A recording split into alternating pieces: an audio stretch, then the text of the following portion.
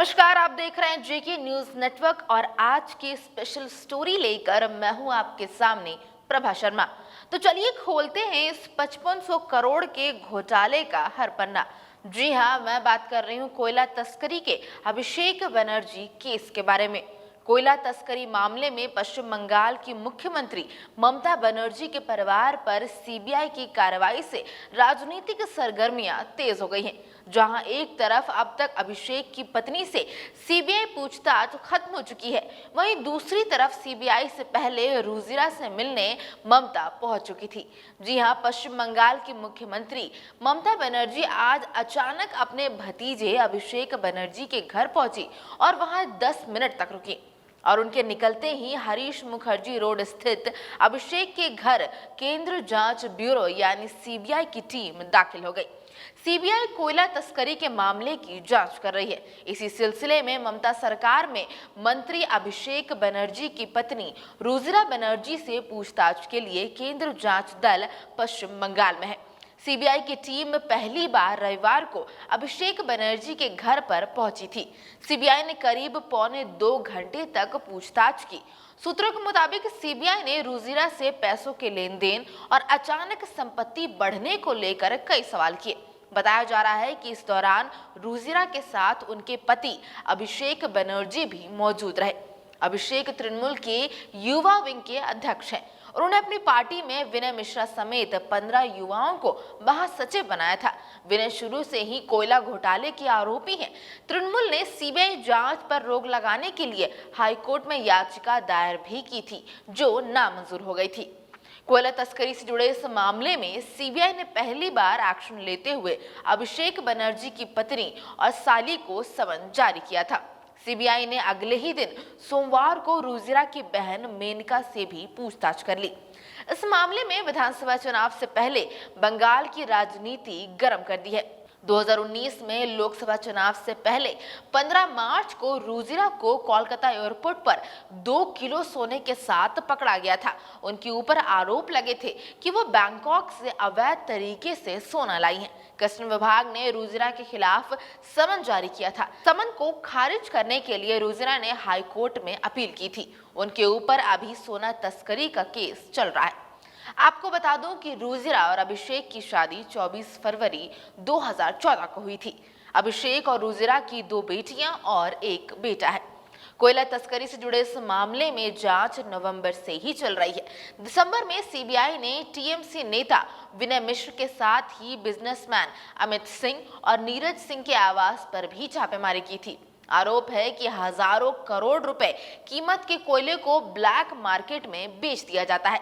दिलचस्प ये है कि सीबीआई का ये समन ऐसे समय आया है जब अभिषेक बनर्जी ने हाल ही में केंद्रीय गृह मंत्री अमित शाह के खिलाफ मानहानि का केस किया था।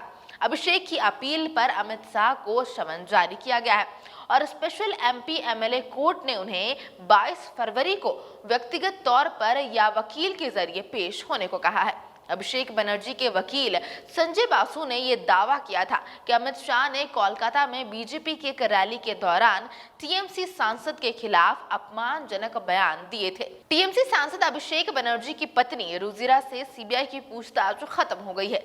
एजेंसी ने रुजिरा से करीब 1.5 घंटे तक पूछताछ की है।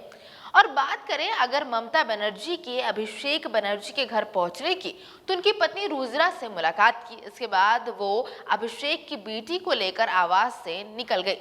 वे यहाँ करीब 10 मिनट तक रहीं और जाते समय 8 साल की पोती को साथ ले गई। वे चाहती हैं या कह सकते हैं ये चीज सामने आ रही है कि उनके घर पर इसीलिए वो गई ताकि पूछताछ के दौरान पोती भी वहां मौजूद रहेगी तो उस पर बुरा असर पड़ेगा।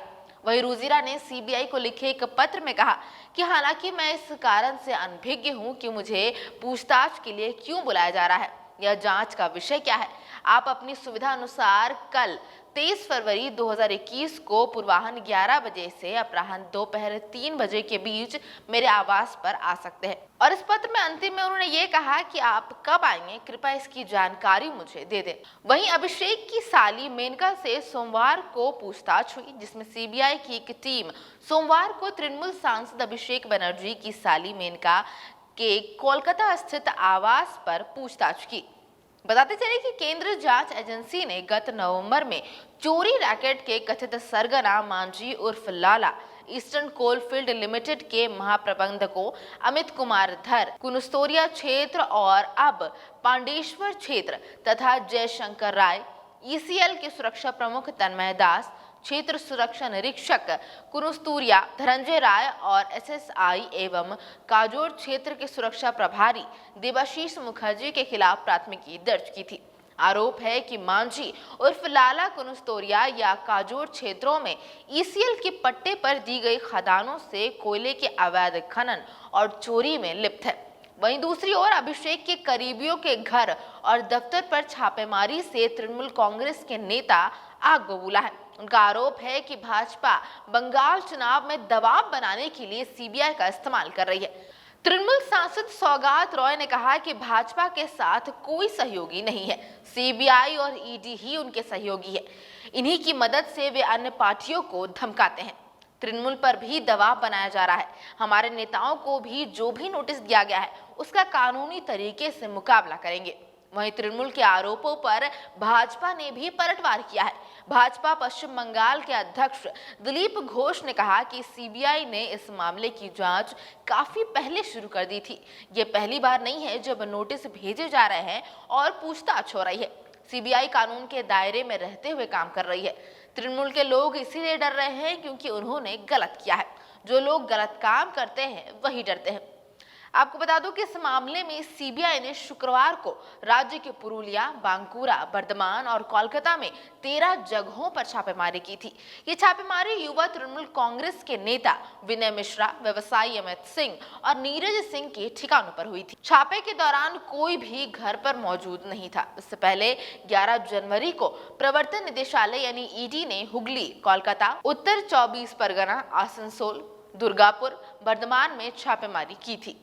तो ये थी आज की स्पेशल स्टोरी जिसने बंगाल की राजनीति में कोहराम मचा दिया है। देखना काफी दिलचस्प होगा कि इस कोहराम का आने वाले चुनाव पर कितना असर पड़ता है। धन्यवाद।